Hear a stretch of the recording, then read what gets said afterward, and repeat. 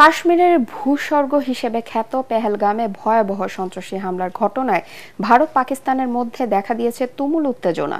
পাকিস্তানের সঙ্গে সিন্ধু পানি বন্টন চুক্তি স্থগিত ও পাঞ্জাবের আটারি চেকপোস্ট বন্ধ সহ পাল্টাপাল্টি নানা পদক্ষেপে চিরবৈরী দেশ দুটির মধ্যে এখন যুদ্ধের দামামা। এ অবস্থায় পারমাণবিক শক্তিধর দেশ দুটির মধ্যে যুদ্ধ বাধার আশঙ্কা করছেন আন্তর্জাতিক সম্পর্ক বিশ্লেষকরা। বিস্তারিত শরীফুল ইসলামের প্রতিবেদনে। ভারত শাসিত কাশ্মীরের পেহেলগাম শহর থেকে ৫ কিলোমিটার দূরে বৈশরণ উপত্যকা। পর্যটকদের কাছে জনপ্রিয় এলাকাটি ভারতের সুইজারল্যান্ড হিসেবে খ্যাত।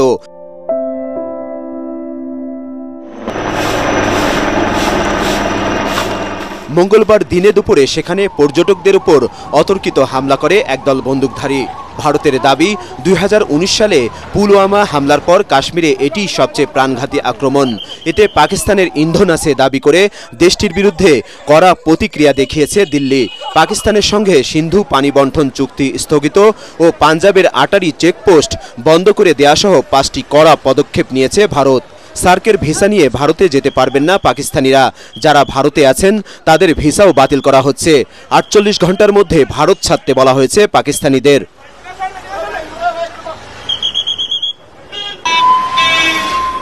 সব মশার বিরুদ্ধে সুরক্ষা দিতে এলো বসুন্ধরা এক্সট্রিম অ্যারোসল, মশার বিরুদ্ধে এক্সট্রিম সুরক্ষা।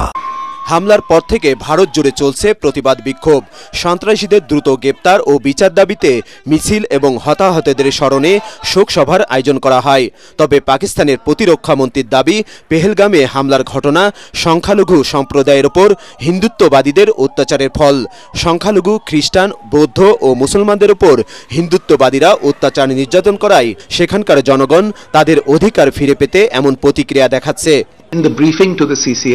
যতক্ষণ না পাকিস্তান আন্তঃসীমান্ত সন্ত্রাসবাদ বন্ধ না করবে ততদিন সিন্ধু পানি চুক্তি স্থগিত থাকবে। বন্ধ থাকবে আটারি চেকপোস্ট। সার্ক ভিসায় পাকিস্তানিরা ভারতে আসতে পারবে না। পাকিস্তান হাই কমিশনের কর্মকর্তাদের নয়াদিল্লি ছাড়তে বলা হয়েছে। দিল্লিতে পাকিস্তান দূতাবাসের কর্মকর্তাদের অবাঞ্ছিত ঘোষণা করছি। হামলাকারী কাশ্মীর ভিত্তিক সশস্ত্র গোষ্ঠী টিআরএফের দাবি, যাদের টার্গেট করা হয়েছিল তারা সাধারণ পর্যটক নয়, ভারতীয় বাহিনীর হয়ে অনুসন্ধানে এসেছিল। কাশ্মীরে নিজেদের কার্যক্রম বাড়ানোর হুমকিও দিয়েছে তারা। ভয়ে আতঙ্কে রাজধানী শ্রীনগর ছেড়ে চলে যাচ্ছেন অনেক পর্যটক। বাতিল করা হচ্ছে হোটেল বুকিং। पहलगाम आए थे घूमने के लिए, लेकिन ये टेररिस्ट अटैक होने की वजह से वापस घुमा दिया।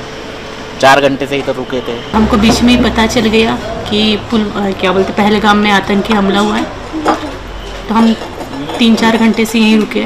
डर तो हमें भी हो गया क्योंकि हम विद फैमिली यहाँ आए हुए हैं। आज हमारा 5वां दिन था कश्मीर में, कल हमें वापस जाना, तो ये चीज तो हम बिल्कुल भी नहीं सोच रहे थे कि ऐसा कुछ हो भी सकता है। কাশ্মীরকে কেন্দ্র করে ভারত ও পাকিস্তানের মধ্যে যুদ্ধ হয়েছে দুবার। উভয় দেশই এখন পারমাণবিক শক্তিধর। তাই কাশ্মীরে নতুন করে হামলার ঘটনাকে কেন্দ্র করে আবারও যুদ্ধের মুখোমুখি চিরশত্রু এই দুদেশ। ইতিহাস বলছে ১৯৪৭ সালে ভারত ও পাকিস্তান স্বাধীন হওয়ার আগে থেকেই কাশ্মীর নিয়ে বিতর্কের সূচনা। ইন্ডিয়ান ইন্ডিপেন্ডেন্স অ্যাক্ট অনুসারে কাশ্মীর স্বাধীনভাবে থাকার অধিকার পেলেও তৎকালীন হিন্দু মহারাজা হরি সিং ১৯৪৭ সালের অক্টোবরে ভারতে যোগ দেবার চুক্তিতে সই করেন। পরিণামে ১৯৪৭ সালেই শুরু হয় ভারত পাকিস্তান যুদ্ধ, যা চলে প্রায় ২ বছর। এরপর থেকেই পাকিস্তান ও ভারত নিয়ন্ত্রিত ২ অংশে ভাগ হয়ে যায় এই স্বর্গরাজ্য। ১৯৬২ সালে ভারতের সাথে যুদ্ধের মধ্য দিয়ে কাশ্মীরের অক্সাই চীন অংশটির নিয়ন্ত্রণ নেয় চীন। পরের বছর পাকিস্তান কাশ্মীরের একটি অংশ চীনের হাতে ছেড়ে দেয়। সেই থেকে কাশ্মীর, পাকিস্তান, ভারত ও চীন এই ৩ দেশের দখলে। তাই কাশ্মীর নিয়ে ভারত ও পাকিস্তানের সম্ভাব্য যে কোনো দ্বন্দ্ব বা সংঘাতে জড়িয়ে পড়তে পারে আরেক পারমাণবিক শক্তি চীন। শরীফুল ইসলাম, এটিএন বাংলা।